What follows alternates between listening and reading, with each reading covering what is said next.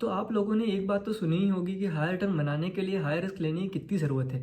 लेकिन Manish पैबोराय the Dhanno investor के author, उन्होंने कहा है कि आपको हाई रिटर्न बनाने के लिए हाई रिस्क लेने की कोई ज़रूरत नहीं है। आप कम रिस्क लेके भी हाई रिटर्न बना सकते हैं। इसे धंधो फ्रेमवर्क कहते हैं और इसी धंधो फ्रेमवर्क को फॉलो करते हुए गुजरातीज, मराठीज एंड सिंधी लोगों ने बहुत कम समय में बहुत अच्छे अच्छे रिटर्न बनाए। तो इस बुक से हम कुछ अमेजिंग लेसन सीखेंगे। उस लेसन में बताया होगा कि कैसे ये लोग कम रिस्क लेके हाई रिटर्न बनाते हैं और बहुत सारा पैसा कमाते हैं।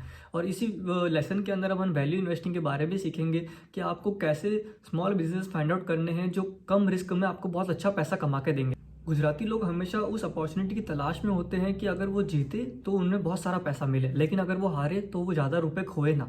मतलब अगर हेड्स आए तो वो बहुत सारा पैसा कमाए और टेल्स आए तो उनका बहुत थोड़ा सा नुकसान हो। इसी को धंधो स्टाइल कहते हैं। यूएस की सिर्फ 1% पॉपुलेशन ही है जो इंडियन है और उसके अंदर पॉपुलेशन में बहुत कम है जो गुजराती पटेल्स है। लेकिन आपको ये बात जान के बहुत आश्चर्य होगा कि गुजराती पटेल्स ही हैं जो यूएस की 50% मोटल्स को ओन करते हैं। मोटल्स क्या होता है? मोटल्स वो होते हैं जो हाईवे पे बने होटल्स होते हैं, उनको गुजराती जो पटेल्स है वो 50% तक ओन करते हैं। जब 1970 के टाइम जब क्राइसिस आया था तब गुजरात के बहुत सारे पटेल्स यूएस चले गए थे, लेकिन वहाँ उनको इंग्लिश अच्छे से आती नहीं थी, उस कारण उनको कोई जॉब नहीं दे रहा था और उन्होंने सोचा कि अब वो बिजनेस ही करेंगे। और उस टाइम पेट्रोल की प्राइसेस भी बहुत ज़्यादा हाई थी, तो उसके रहते घूमना फिरना लोगों का बहुत कम हो चुका था, इसलिए मोटर्स ज़्यादा काम कर नहीं रहे थे, वो इतने अच्छे परफॉर्म कर नहीं रहे थे। तो उसके चलते बहुत सारे मोटर्स जो थे वो रीसेल हो रहे थे और बैंक उन पर 90% तक लोन दे रहा था कि अगर आप मोटर्स खरीदते हो तो आपको सिर्फ 10% डाउन पेमेंट देना है और बाकी सारा लोन हो जाएगा। तो गुजराती पटेल्स ने इस चीज़ का बेनिफिट उठाते हुए, फ़ायदा उठाते हुए उन्होंने मोटर्स को खरीदना चालू कर दिया। और उनको पता था कि उनको लूज़ करने के लिए कुछ भी नहीं है, वो उनको सिर्फ 10% ही डाउन पेमेंट देना है। अगर वो हारे तो वो सिर्फ 10% जाएगा, अगर वो जीते तो वो पूरे 90% को रिकवर करके इंटरेस्ट के साथ चुका के वो मोटर्स ओन कर लेंगे।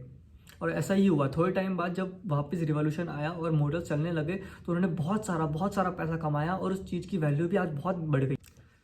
तो चलिए इस स्टोरी के बाद हम शुरू करते हैं कि धंधो क्लासिकल फ्रेमवर्क क्या होता है धंधो फ्रेमवर्क, और इसके क्या 6 इंपॉर्टेंट लेसन हैं जो हमें सीखने चाहिए और अपनी लाइफ में उसे काम लेना चाहिए। तो सबसे पहला लेसन, बाय एग्जिस्टिंग बिजनेस। धंधो फ्रेमवर्क का पहला रूल ये है कि आपको हमेशा ओल्ड बिजनेसेस ही खरीदने चाहिए। अगर आपको नया बिजनेस स्टार्ट करना है तो उसमें आपको बहुत सारा टाइम और बहुत सारा एफर्ट लगेगा और उसके बाद भी कोई गारंटी नहीं है कि आप उसमें चीज़ में सफल हो जाए। इसलिए पटेल्स ने क्या किया, जो एग्जिस्टिंग बिजनेस थे उनको खरीदना चालू किया, क्योंकि वो कोई इनोवेशन करने नहीं निकले थे, वो कोई नई चीज़ बनाने नहीं निकले थे।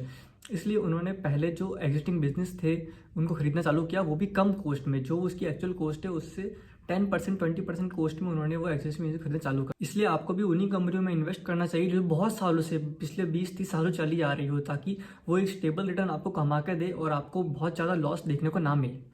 धंधो फ्रेमवर्क का रूल नंबर 2 है in always invest in simple business. Warren Buffett भी कहते हैं कि आपको हमेशा उन्हीं बिजनेस में इन्वेस्ट करना चाहिए जिनका रेट ऑफ चेंज बहुत स्लो हो, उनको बार बार जल्दी अपने बिजनेस अपनी सर्विसेज बदलने की ज़रूरत ना पड़े।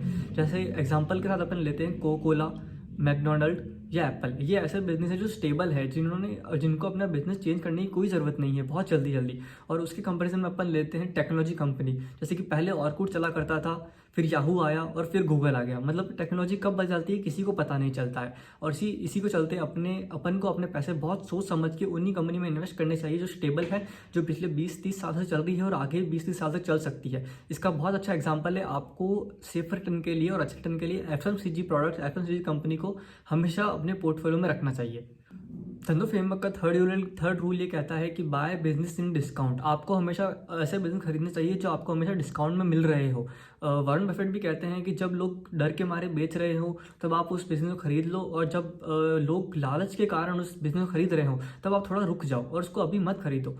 और जैसे कि अभी 2020 में जो क्रैश आया था उसमें बहुत अच्छे बिजनेसेस अपनी वैल्यू से 50-60-70% डिस्काउंट में मिल रहे थे। वो एक बहुत अच्छा टाइम था कि आप उस टाइम उस बिजनेस को खरीद सकते थे और इसका आप स्टोर करके उन स्टॉक्स को आप रख सकते थे। पर इसका मतलब ये नहीं है कि आपको कोई सा भी स्टॉक सस्ते में खरीद लेना है। आपको वही कंपनी में इन्वेस्ट करना है जो फंडामेंटली स्ट्रांग हो, जिनकी फंडामेंटली अच्छी हो, जो अपने आप में एक मोट क्रिएट करती हो, मोनोपोली क्रिएट करती हो, जिसका कंपटीशन होना दूसरी कंपनी को उसको कम्पीट करना थोड़ा सा मुश्किल हो सकता है। जैसे कि आप एशियन पेंट देख लीजिए, रिलायंस देख लीजिए, HDFC बैंक देख लीजिए, ये ऐसी स्टेबल कंपनी है। अगर किसी बैंक को उससे HDFC से ऊपर निकलना है तो उसको बहुत प्रॉब्लम आएगी, बहुत परेशानी आएगी और बहुत उसको मेहनत भी करनी पड़ सकती है। तो हमको उसी कंपनी में इन्वेस्ट करना है जो फंडामेंटली स्ट्रांग है। जरूरी नहीं कि वो आपको सस्ती मिले या ना मिले, आपको वेट करना है अब तक आपको सस्ती ना मिले। और इसका आप एक रूल है, अगर आपको कोई भी कंपनी में इन्वेस्ट करना है तो आप उसकी इंट्रिंसिक वैल्यू देख कर सकते हो। अगर आपको उसकी इंटरेस्टिंग वैल्यू पे वो प्रोडक्ट मिल रहा हो, वो सर्विस मिल रही है, वो बिजनेस मिल रहा हो, तो आपको उसको जरूर परचेस करना है। अगर कोई स्टॉक है जिसका कॉस्ट है, जिसकी प्राइस चल रही है 100 रुपये और उसकी इंटरेस्टिंग वैल्यू अगर 80 रुपीज़ है, तो आपको उसको वेट करना है कि अगर जब 80 के पास आएगा या 80 से कम आएगा तब आप उसको अपने पोर्टफोलियो में हमेशा ऐड करें। और वो भी एक अच्छा बिजनेस, अच्छा फंडामेंटल बिजनेस होना चाहिए। Rule number 4, by business in मोट, बाय बिजनेस विच हैव मोट। मोट क्या होता है? मोट होता है एक मोनोपोली क्रिएट करना। आपको वही बिजनेस में इन्वेस्ट करना चाहिए जो आपको अपने आप में मोनोपोली क्रिएट करके दे रहे हैं। फॉर एग्जांपल अपन लेते हैं जैसे कि मैगी, नेस्ले बनाता है मैगी। अगर आप बाजार में कहीं भी कुछ मैगी लेने आते हो, आप उसको मैगी बोलते हो, आप ये नहीं बोलते कि नेस्ले की मैगी दो। और आप मैगी के बहुत सारे कंप्यूटर आ चुके हैं, yippee हो गई, वाई हो गई, लेकिन फिर भी मैगी अपने आप में मोड क्रिएट करता है। उसका कोई खास कंपटीशन है नहीं किसी और के साथ। दूसरा एग्जाम्पल अपन ले सकते हैं रेलवे, इंडियन रेलवे, IRCTC का कोई कंपटीशन नहीं है और कोई कंपटीशन नहीं आ सकता है अभी तक। तो वो अपने आप में मोड क्रिएट करता है, क्योंकि आज से 20 साल पहले भी लोग रेलवे का इस्तेमाल करते थे और आज के 20 साल बाद भी लोग रेलवे का इस्तेमाल जरूर करेंगे। तो IRCTC हमेशा अपन को प्रॉफिटेबल ही रहेगा। तो अपन को वही बिजनेस में इन्वेस्ट करना चाहिए जो मोड क्रिएट करता है। एक और एग्जांपल अगर अपन देखते हैं तो पिडिलाइट इंडस्ट्री जो फेविकॉल बनाता है। अगर अपन बाजार में फेविकॉल या गम लेने जाते हैं तो अपन उसको सीधा बोलते हैं कि आप मुझे फेविकॉल दीजिए, और वो अपन को 10 वाली फेविकॉल की डिब्बी देता है जो पिडिलाइट बनाता है। तो वो भी एक मोड क्रिएट करता है पिडिलाइट इंडस्ट्री के अंदर, जो फेविकॉल का काम करता है। आपको बस उस मोड को फाइंड आउट करना है कि इस प्रोडक्ट या इस सर्विस या इस स्टॉक के पीछे छुपा हुआ मोड क्या है और इस मोड से आपको क्या फ़ायदा होता है। क्या ये सच में मोड क्रिएट करता भी है या सिर्फ ये हवा है, या कोई मोड क्रिएट नहीं करता। इसका कोई भी कंपटीशन आके इसको बीट कर सकता है। जैसे फॉर एग्जांपल जो हुआ नोकिया के साथ, नोकिया के पास पहले मोड था लेकिन नोकिया ने अपनी टेक्नोलॉजी को नहीं बदला। इस चक्कर से सैमसंग और दूसरी कंपनी ने आके उसका मोड छीन लिया और उसको बीट कर दिया। आपको हमेशा उस बिजनेस के फंडामेंटल को जरूर देखना है, कभी उसकी प्राइस के पीछे नहीं भागना है कि ये सस्ता है तो मैं इसे ले लूँ।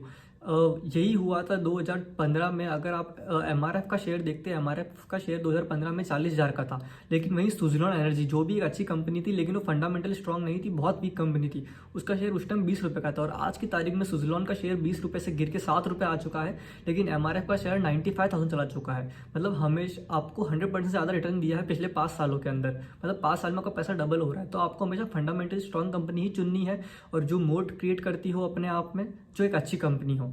तो अगर आपको ये वीडियो अच्छी लगी हो, अगर वीडियो अच्छी लगी है तो प्लीज़ इसको एक लाइक ठोकिए और नीचे सब्सक्राइब का बटन है, सब्सक्राइब बटन भी दबा दीजिए, बेल आइकन दबा दीजिए। अगर आपको वीडियो अच्छी नहीं लगी हो तो प्लीज़ डिसलाइक भी कर सकते हैं आप। ओके, तो मिलते हैं नेक्स्ट वीडियो में।